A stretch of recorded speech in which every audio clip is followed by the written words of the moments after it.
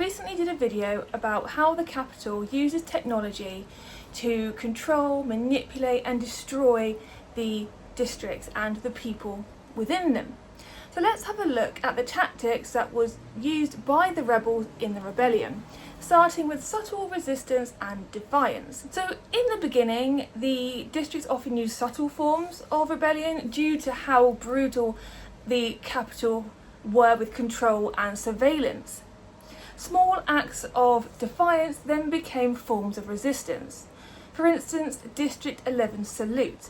So after the death of Rue in the Hunger Games, the people of District 11 silently raised their three fingers in salute as a form of tribute and rebellion against the capital. The Mockingjay also becomes a symbol of rebellion as well. So the bird itself represents defiance, rebellion and hope, and it obviously becomes a symbol after Katniss survives the 74th Hunger Games. So moving over to media manipulation and propaganda. Now we have spoken about this before with how the capital uses the Hunger Games to remind people of the districts of the control that they have. However, the rebels then used this tactic and they flipped it and used it on the capital, and they did it to show that they can also control narrative. Katniss was the face of the rebellion, and she becomes a symbol of hope and a rallying point for the districts. The Mockingjay also was propaganda as well. The rebel forces created a series of propaganda films or propos using Katniss as the face of the revolution. These videos were then shown to the people of the districts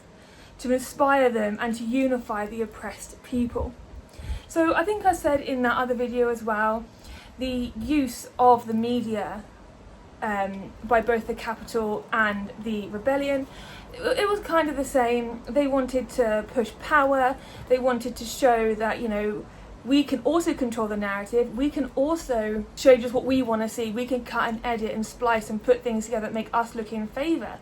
So really, the use of propaganda in this, no side is better than the other. Moving over to sabotage and disruption. So the rebels often targeted the capital's infrastructure to disrupt its ability to control the districts. It includes things like sabotaging supply lines, the dams got sabotaged, communication systems, capital control technology, things like that. In Mockingjay, the rebels focus solely on attacking capital targets, weakening the control, making them, yeah, for the want of a better phrase, they're trying to make them weak, make them vulnerable. So, you know, I think to the districts at that point you can show that they are just people without these defences, but they're just people. So take away their weapons, take away their infrastructures, they are going to start to struggle as well. Now District 13, which was the base of the rebellion, is known for its hidden underground nature and its ability to launch attacks from a position of stealth. Their primary tactic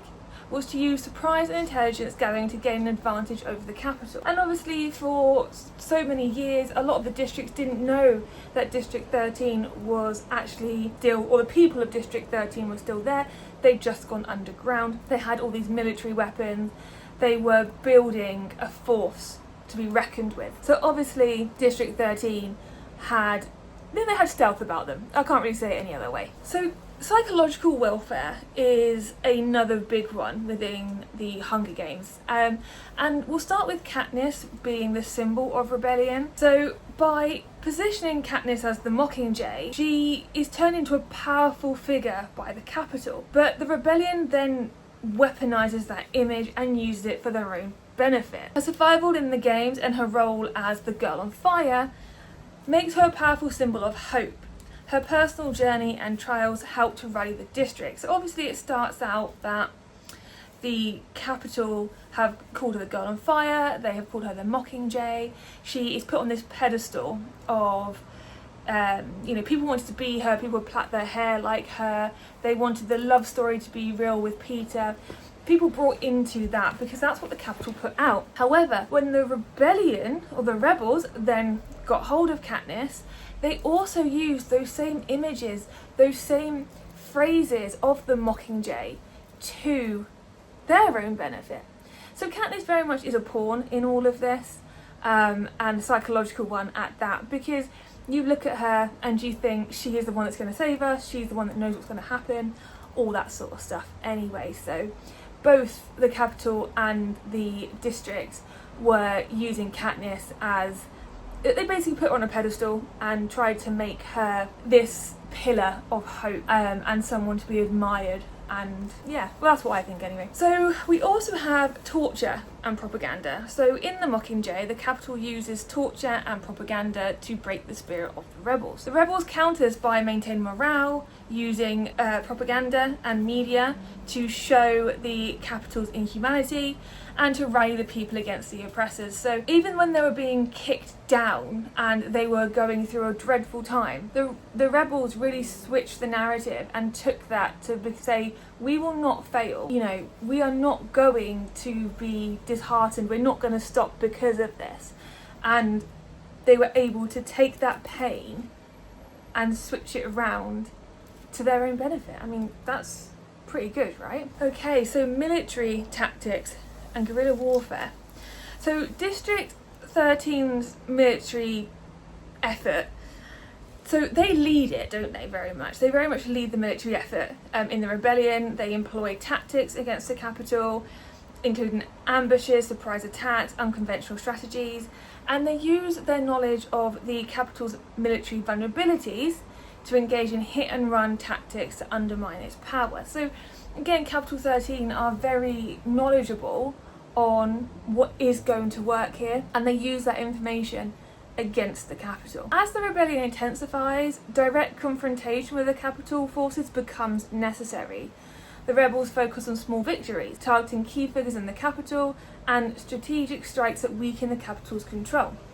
For instance, there's that scene where the lumber district climb the trees and then they attack the peacekeepers from up there. It's a way, again, of weakening the Capitol control, taking out some of the worker bees, I guess is the way to put it, taking out some of those people who are causing or who could potentially stand in the way and cause them harm. We then move on to alliances and unity.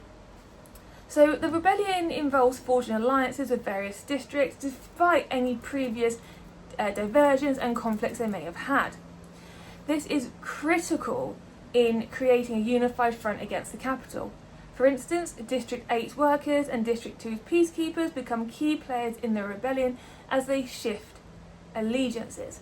I think as well Katniss did a lot for this, because the kindness that she showed Rue, I think it gave Rue's district sympathy towards Katniss's district, because all of a sudden it wasn't just kid taking out kid, you know, she showed actual compassion, feelings, emotion. She gave Rue a really nice send-off as well. She stayed with her. So little things like that I think also united the districts as well. And you know, when Katniss would go and see the district hospital and stuff like that, to show that she wasn't afraid, she was going to go out there, she wanted to see firsthand what the Capitol were doing. I think again it got a lot of respect from the other districts. She wasn't just a mouthpiece, she wasn't just sitting in a bunker staying safe but spouting all this nonsense. So I think that really helped to unify the districts as well. The rebellion also showed that different districts, each with their unique strengths and resources, could work together to overthrow a common enemy. The unity is reinforced by the symbolic power of the Mockingjay and the shared hope that the rebellion represents. So the last section here is manipulating the games. So turning the Hunger Games into a weapon, the rebels also did manipulate the games themselves to an extent. So in Catching Fire, they used the games to further the rebellion. The 75th Hunger Games, or the Quarter Quell as we also know it, are designed to include former victors, and it becomes a platform for the rebellion to disrupt the Capitol's control. But you've also got like the fake games as well. So the fake games. In the final book, the rebels infiltrate the games arena, using it to stage an elaborate rescue mission. The games are used as a setting for a larger rebellion strategy rather than simply a contest for survival. So for this, yes, you have the victors that are going back in. So that is, again, turning the Hunger Games into a weapon.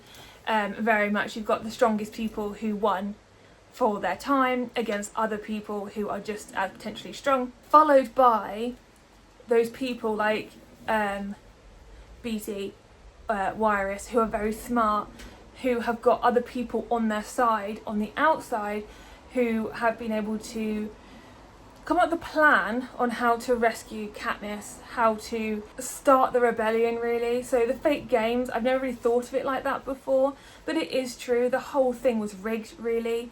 Everyone's sole purpose, apart from Katniss's, was to keep Katniss alive. Katniss very much wanted to keep Peter alive, thought he should go home. She had no idea that this wasn't a genuine thing, whereas everyone else was very much like, no, this is the start, this is where we begin. And that, guys, in a nutshell, is how the rebels use tactics against the Capitol.